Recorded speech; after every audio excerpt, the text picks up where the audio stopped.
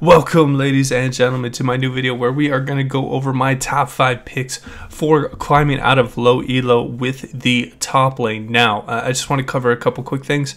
My experiences, I've been able to climb to Diamond a couple different times by just playing top lane champions like Urgot once and then Ornn once, and I feel like I have a pretty good view of what is going to work in the lower elos. This is going to be my personal list, just a lot of my personal opinion. If you guys want to list what you guys are playing and what you think are the top 5 best champions, I would love to hear it in the comments down below, and just kind of give me an idea of the champions you guys like. It's going to help me out a lot in how I'm going to approach videos. Maybe I do a top 5 tips video if I see someone or a lot of people commenting the same champions. So if you're new to the channel, my name is LowFit. I do educational videos, I do tip videos and guide videos, and kind of just kind of tip like list videos like this as well, and I stream sometimes on this, so make sure to hit that bell button and like the video, and it will show up in your feed when I go live. So without further ado, let's jump into number 5.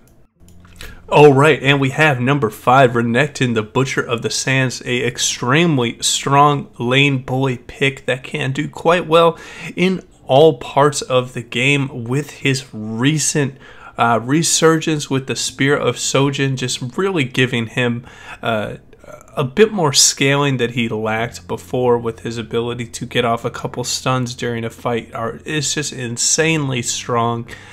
He's not the hardest to execute champion, which is a really big plus when you're looking to just start picking up top lane, and the amount of sustain that he gets from his Q is very, very it's really good for newer players that might struggle a little bit. It can be quite forgiving.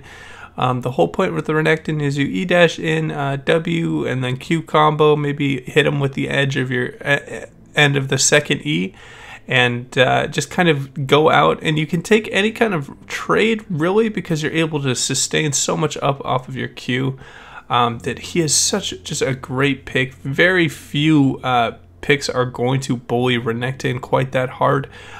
He is very good at tower diving and bullying and taking advantage of his lead. As you can see, he's a 1 out of 3 difficulty right above there, and he's just a great all-around pick if you just want to learn the fighter play style. Again, very forgiving of a champion. So if you're looking for just kind of a solid pick that you don't have to play every single game to be decent at, he is a great pick. If you are looking for a streamer that really focuses on Renekton, solo Renekton only is by far one of my favorite streamers, who's just a great Renekton player. Does a bunch of other kind of kooky builds as well, but you should check out his stuff. He does some pretty cool stuff with Renekton, and talks a lot about just kind of like wave management and stuff like that. So yeah, that will wrap up pick number 5. Alright, and getting into pick number 4, we have Dr. Mundo, the Madman of Zaun. Extremely good, forgiving blind pick, again, like Renekton. So, there are 2 types of playstyles that you can go about with Mundo. First up, you have a just kind of in your face, you know you can do pretty well with your trades, and you're able to just kind of play up on the minion wave and take trades, and then just kind of sustain back up, whether it was between your passive, or maybe you have grasp, or maybe just using your ulti when you get low. Dr. Mundo is a extremely forgiving champion, and with the recent buffs of his cleavers doing 30% target's current health, is just absolutely insane. And then his E got another buff with its damage. It can really surprise people with his damage coming out of a tank. So if you're looking to do a little bit more damage and still be a big meat shield in the front line, Dr. Mundo is a great pick for you. Now, the second part and different way you can play Mundo is when you are just getting completely bullied out of a lane in the early game. Say there's someone like a Riven that's really good, that can just kind of beat you in all flat-out trades and has a lot of all-in potential on you.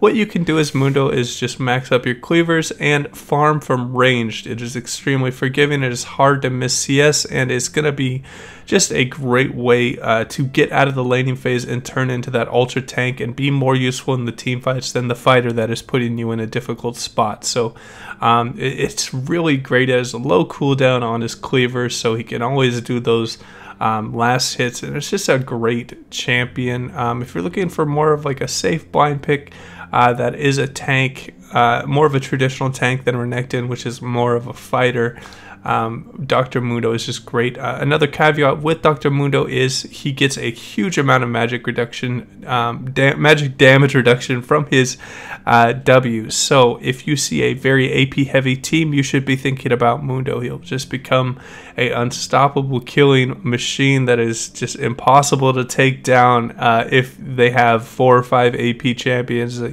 He is just crazy. It's such good synergy with Spirit Visage and getting more healing out of his ult that it can be just a extremely effective pick. And I think you should really take a second look at him. I know he's maybe not the most flashy, most exciting champion, but after the most recent buffs, if you're looking to climb and you want a safe blind pick, Mundo can really be that champion for you. Alright, and we have number 3. We got Hecarim, the Shadow of War, an extremely strong champion right now with the most recent buffs being on the Q damage. His ability to trade is extremely good, can even take some all-ins with champions like Darius, and can just be can be a bit of a powerhouse with between Conqueror, healing, and then the W healing, so he can take poor trades and then also ditch out a bunch of damage. He has great roaming potential with his E and his R. It is just a great all-around champion for the top lane. A little bit harder mechanically than the other champions that I have listed. Just it's going to take a few games to get used to it, but once you get kind of the hold of Hecarim and how you want to position yourself and how you want to look for flanks, how you want to use your E's in the correct positioning and knock them back in the correct way, Hecarim can just be an extremely devastating champion to pick up. Scales extremely well into the game. Late game, he can be just an absolute terror. Once he gets his Triforce, he's just kind of off to the races. He does have a bit of an expensive build, so this is probably a good champion for people maybe that are decent at CSing at least. I think that he is great for climbing because people really underestimate the damage in his kit because he is not seen too often, that he can really take advantage of when people are just don't have the biggest knowledge of the champion. They haven't played too many of the matchups in the top lane. They don't understand kind of the different breakpoints that he has, and there's kind of 2 ways you can build him. You could do a Black Cleaver into Iceborne type build where you're going to be a little bit more tanky, and it's going to be better for people that are maybe just first picking up Hecarim and they are just looking to be a bit more tanky and have a bit more forgiving. Or if you're doing pretty well with the champion, maybe you're snowballing a little bit, you can do something like Triforce and just get that crazy damage and just get those constant, just getting those Trinity Force procs whenever you want them with your low cooldown Q. Hecarim can be a great pick for the top lane. I know he was traditionally a jungler, but he's starting to see a lot more play in the top lane. And yeah, if you have any questions about any of these champions, I'd love to help you guys out. Just hit me up with a message on the Discord. Link will be in the description, or you can comment on this video with any questions about combos or builds or anything like that. I love helping out new players.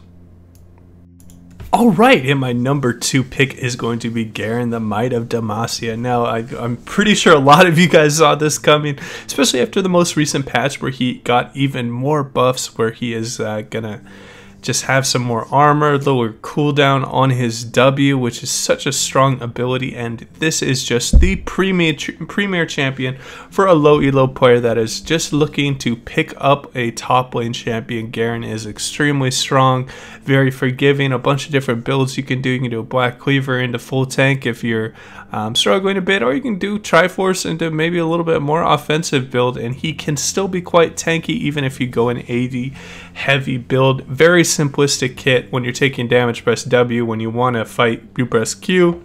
When you're on top of some people, you press E, and when someone's low health, you press R. So you should be able to just pick up the matchups extremely quickly. You should know, hey, at level 3 I should win this trade, because generally Garen is going to have the same trade numbers every single time at the lower levels, just because it's really hard to screw up his combos and when you should be pressing your buttons. He is just, I think, just an amazing champion that is kept at a high skill, or not skill, but just a high power level, because he's a great introductory champion, like something like an Annie is.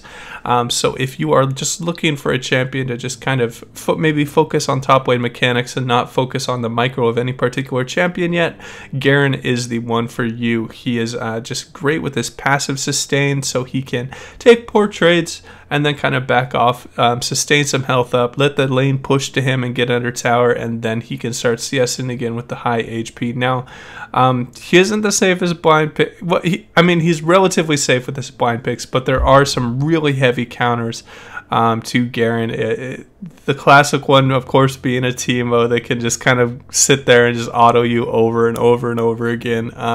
Just get really used to setting up traps, buy some control wards, and get some sweepers and hide in bushes. Do the classic bush trap with Garen, and he will be extremely strong. And I can't recommend this guy enough for you. He is just a great all-around champion for you guys, and with the most recent buffs to a couple of these tanks even on this list, I think that you guys should be trying to focus a little bit more on tanks that can still do damage and do well in the early and mid game, and maybe are just a big front line in the late game. So that will wrap up number 2. I am guessing that you guys are going to have, quite a few of you are going to have Garen on the list. Now this is going to be a little bit different because I probably should have said this at the start.